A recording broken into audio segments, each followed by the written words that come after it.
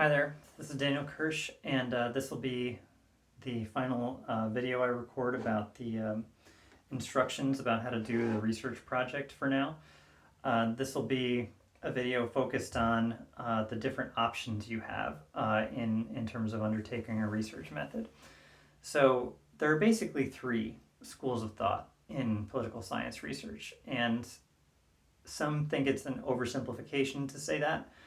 Some think it's an undersimplification, that there's kind of one and then there's the rest. But I think generally speaking, to be somewhat objective about it, if that's possible, I think generally speaking, these three are the kind of three schools of thought that most people adhere to within political science. And so let me go through what each of them are, especially in relationship to what we're doing today. So the quantitative research school of thought is one that thinks that there has been a decent amount of political science research already done and public opinion research that's already been done. And the best thing you can do is try to find the existing data and manipulate it in a way that gives you some clarity about what the events are that you're trying to study. The events are the people or the political phenomenon that you're trying to study, and then see what you can do to find correlations among some of the independent variables that you're concerned about. And so within quantitative data, most of the time, or at least the most popular type of quantitative data within political science that's distinctly political is usually public opinion data, and that's why I gave you the resource that I did in terms of the ICPSR data. And so that ICPSR data has thermometer readings about each president, and those thermometer readings, for example, are asking people to score on a scale of 1 to 100, 100 being the best and 0 being the worst. How do they feel about a particular person? And that's sometimes a president. Or it's sometimes a group of people, and sometimes it's political parties. So those thermometer readings can be interesting and challenging, but can also be difficult to interpret for people who are not well trained in statistical methods. So that's why the guide to public opinion, at least for our purposes, is what you should sort of stick to. Another type of quantitative data is economic data. Certainly, there's the misery index we haven't talked about very much in this class, but it's certainly there in your textbook. And the misery index is very simply the kind of quantitative representation, usually in a graph or a chart, most effectively in a visual form, that's a combination of unemployment and unemployment, inflation, inflation of the dollar, the increasing watering down of the worth of the dollar, and economic growth. And so stagflation was a term that was coined in the Carter administration era. And so if you put that together with the unemployment numbers and you come up with a kind of representation about how difficult things are economically for say the middle class, or just overall on average in American society, then it's thought that there is some degree of correlation that can be done. And this is a little bit like a holy grail question within presidential studies. There's a correlation that can be demonstrated somehow between economic factors and public opinion of the president. And so sometimes it's relatively simple, but that's, it's a little too simple. So for example, the correlation of, Nixon's unpopularity and the ability to remove him from office politically, and his kind of forced resignation, is thought to be the result of several factors that have nothing to do necessarily with the Watergate scandal. It was that's the last straw, really. It's a combination of the unpopularity of the way that he was conducting wars in Southeast Asia at the time, but then in addition to that, the kind of for the United States, very high inflation rates during several months of his presidency, and also combine that with with the scandal. So So overall, he had been reelected overwhelmingly in 1972, but his support really cratered from something like a 70% approval rating to a 22% approval rating in 1974. So that only took about a year and a half to accomplish, and so it would be foolish to kind of discount the economic data, but it seems like it might be an oversimplification to say that it's just inflation and maybe combine that with unemployment when there are these other social phenomena going on. The military conflict, the draft, is part of that military conflict. Um, so there's thought to be, because of Nixon and because of Ford, who was president immediately afterwards and wasn't able to do as much with inflation as he wanted to, um, that there's thought to be some correlation that could be shown to be a causal relationship between how good the economy is doing and how well people think the president is doing in terms of their job approval. So that's kind of an ongoing, I would say that's a low-hanging fruit for an ongoing debate that you may want to research on your own in presidential politics if you're interested in quantitative research, a kind of correlation between economic factors and public opinion data themselves. But besides public opinion data about a president, there's, you could also correlate, public opinion data with, in terms of a public approval rating of presidents, with thermometer readings of political parties, but also people's overall feelings about issues. How much they support, for example, a government-sponsored healthcare plan or social welfare for those less fortunate, or government intervention to achieve racial equality or gender equality. All of those things. There are these public opinion measurements that have been done that are out there, and to do a kind of multivariate regression, which is a common thing in political science, but if you want to do a simple one that's maybe interesting, you might try to find two maybe underutilized public opinion data points, and the typical causal relationship is between some kind of social or economic factor and then people's opinions about something else. Okay, so it's something that's unrelated, like their how much they attend church, or how much income they have, or their gender, or what region of the country they live in, or their race, or their profession, and all the stuff that's sort of predetermined, non-political. And how much do those non-political factors, those social factors, have an impact on? So a causal, this is the independent variables now. How much do they have a relationship on the dependent variable about how they feel and how they act on political issues? How much they vote, who they vote for, how they feel about voting itself. Like 1,000 questions that could be asked and maybe have been asked are correlations that you could make.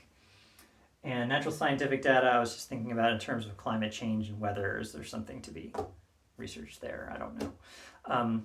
So just that's another example of numbers, quantitative data that could be utilized somehow.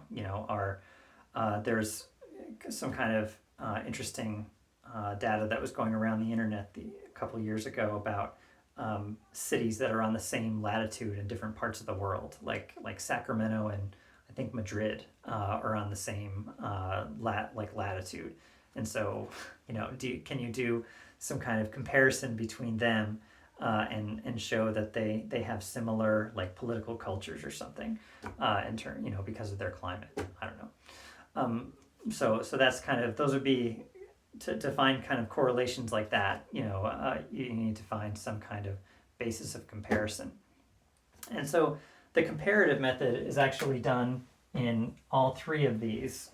You can make a comparison between different cases in all three of these kinds of political science research. You could do comparative historical cases that are between two countries that are very similar. There's a case made recently that people should be studying Canada and Australia because they have similar populations and they're mostly English speaking. And they're both kind of former British protectorates that have grown up in the kind of Commonwealth culture. So they're mostly, there's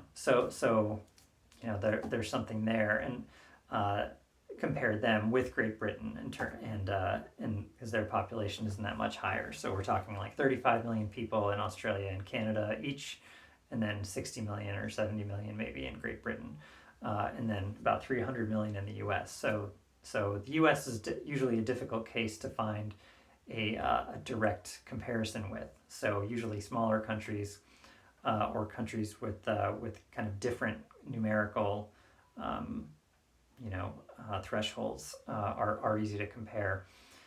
And when you make those comparisons, you can compare like economic and public opinion data about their leaders or their political parties or their interactions with institutions.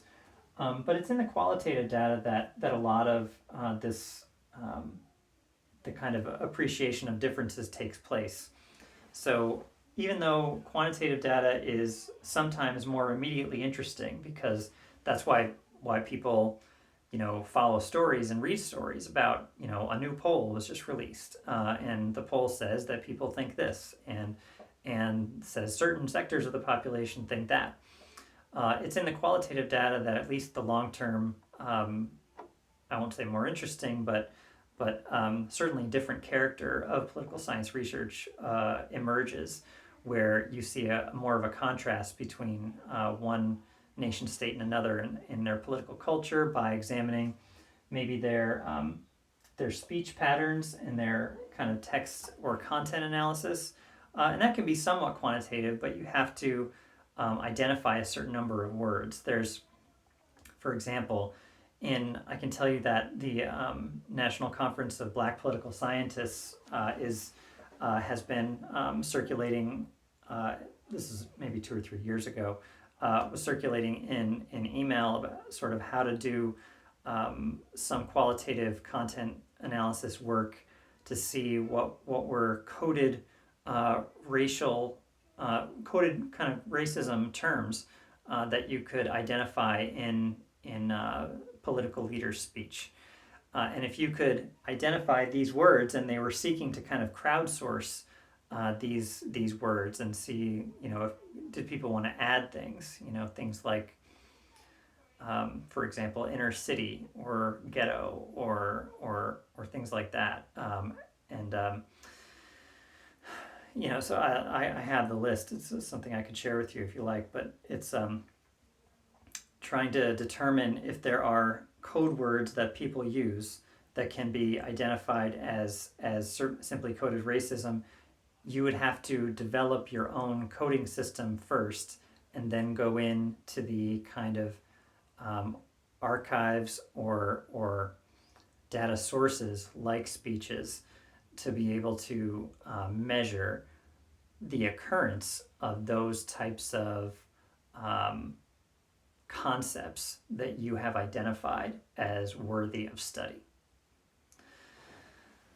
So, in qualitative research, oftentimes researchers will do their own field research to find people or sources of information that can be used as evidence of the existence of different either political beliefs or political phenomena or social phenomena that have a political impact in interviews. So in these conversational interviews that can happen, there's sometimes, if you want to do a wide-ranging either survey of people, and that's more quantitative, but if you were to do a small sample size of social science style interviews, you would have to ask very similar questions to a select group of people.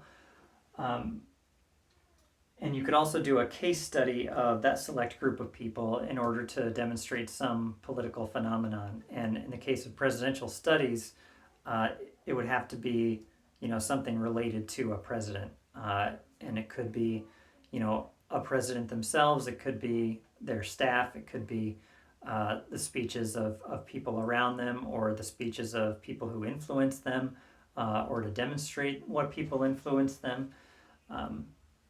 One area study I think I've mentioned before is, you could try to see in terms of speech, maybe analyze what Joe Biden was trying to accomplish with his inaugural address, and because it's clear that he had inspiration from several past presidents' inaugural addresses. And so looking at who those presidents were and what they accomplished and what their message was at the time, versus what the message would have to be today and what the different context is certainly worthy of kind of determining what some of the qualities of what people perceive to be traditional or necessary presidential leadership are.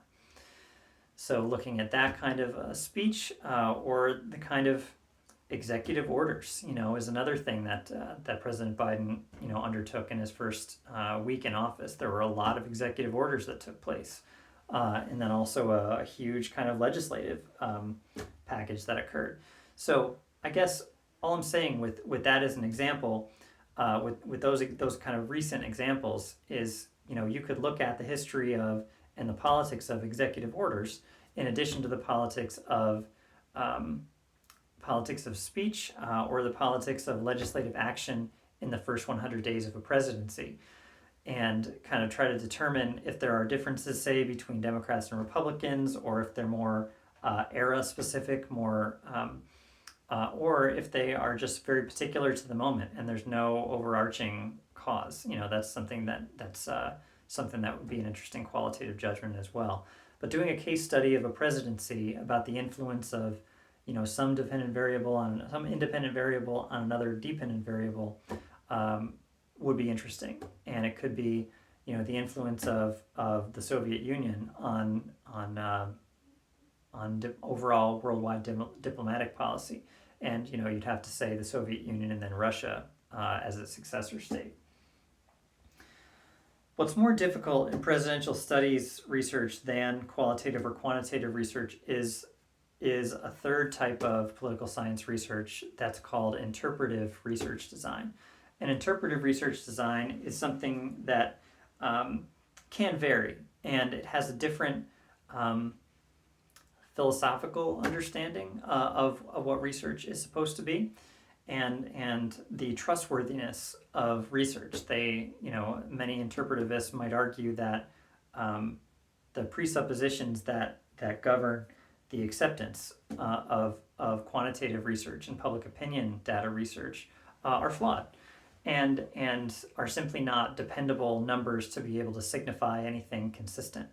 And so to get at the truth and the accuracy of political phenomena, not only do you have to contextualize them within the historical moment in which they occur, but also the kind of geographic place in which they occur and the different kind of social contexts in which they occur. And you can only do that by doing as much of an immersion as you can, as is possible, within the bounds of your resources. And sometimes that means that you can place yourself in the midst of what you see as an important political phenomenon, but without and then kind of report out, in a very in something that's reminiscent of journalism, but is more an investigative kind of undercover journalism, but is maybe more purposeful than that, because you're seeking to explain the humanity of the stories that occur when you're in the midst of that type of research. Now, if it's simply not possible for you to be, you may dismiss this because you're like, oh, well, I can't be in the Oval Office, I can't be in the White House. Immersion doesn't mean you physically have to be there, but it does mean that you have to try to get as close to the issue as possible, to do some kind of, usually some interviews with people who have been there or who have experienced the phenomenon that you're attempting to study. But also, as many historical documents as you can find, and especially if it's something that's occurred in the last that's occurred before the last 20 years, you're gonna find it very difficult as you go further back in time to find eyewitnesses or participants in that political phenomena. So you can further flesh out or elucidate concepts that you think are relevant to understanding presidential research, which is, for example, there may be something in the Obama administration that has been researched to some degree, called it's been called by many the kill list, people who can be attacked by drones that the president approves. These are usually, the common thread that you'll hear most is that most of these people are on terrorist watch lists and most wanted lists, and whether or not they're American citizens is not examined as much as have they or do they constitute a threat to many Americans and American troops abroad and in the U.S. proper. So the kill list is something that it has been studied somewhat, but could be further elucidated in an attempt to find out why it's called that and who calls it that, and how much the Obama administration kept it secret, and how much it was common knowledge that this existed, and how much journalists, for example, were able to uncover, and researchers were able to uncover how this was used, and the common understanding of it in the White House, and what kind of a presence did it have in the White House. So elucidating the concept of the kill list could be something that's really interesting research, and I wonder if it's been done in Presidential Studies Quarterly, or if it's not, or the idea of drones and drone strikes, or something that has been somewhat understudied. Participant observation, you can't really, very few people can be president, and once you are participating, you sort of, there are a lot of concerns about compromise, especially from critics of interpretive research, like traditional qualitative researchers, and as well as quantitative researchers. They think there's this danger that your trustworthiness will be compromised, but all you can do is interpretivists believe that what sets them apart from quantitative and qualitative researchers, for the most part, is that they don't believe you can actually eliminate bias, and they believe that realities are socially constructed. So in order to get at the trustworthiness in order to increase the trustworthiness of your research method, you have to acknowledge what your biases are, and then seek to participate in the most straightforward way possible, while situating yourself both as an observer and as a participant, and as the translator, as the interpreter for the people who are reading your kind of research that you undertook. So trying to get as close to that as you can is really the task of interpretivism, and quantitative and qualitative research both seek to prominently place independent causal variables, independent and dependent variables, and try to eliminate weaker relationships of causality from the picture, whereas interpretivists try to understand the meaning and the humanity behind political phenomena and political events and political people, in order to make greater and more trustworthy insights into how those political phenomena occur. And the causality is something that kind of springs from it. It's not theorized in advance of the research, which is what quantitative and qualitative research often does. So anyway, so choosing one of those three research methods as something to do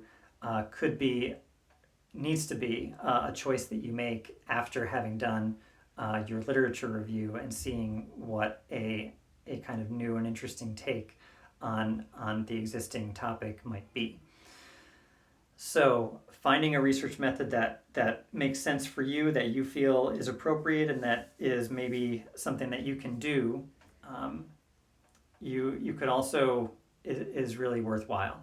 You should also probably think about how long it might take, whether it might take a year or two to undertake the kind of research you want. Okay, well, that's all for me about this. Good luck with your writing. Ask me some questions, and thanks for watching.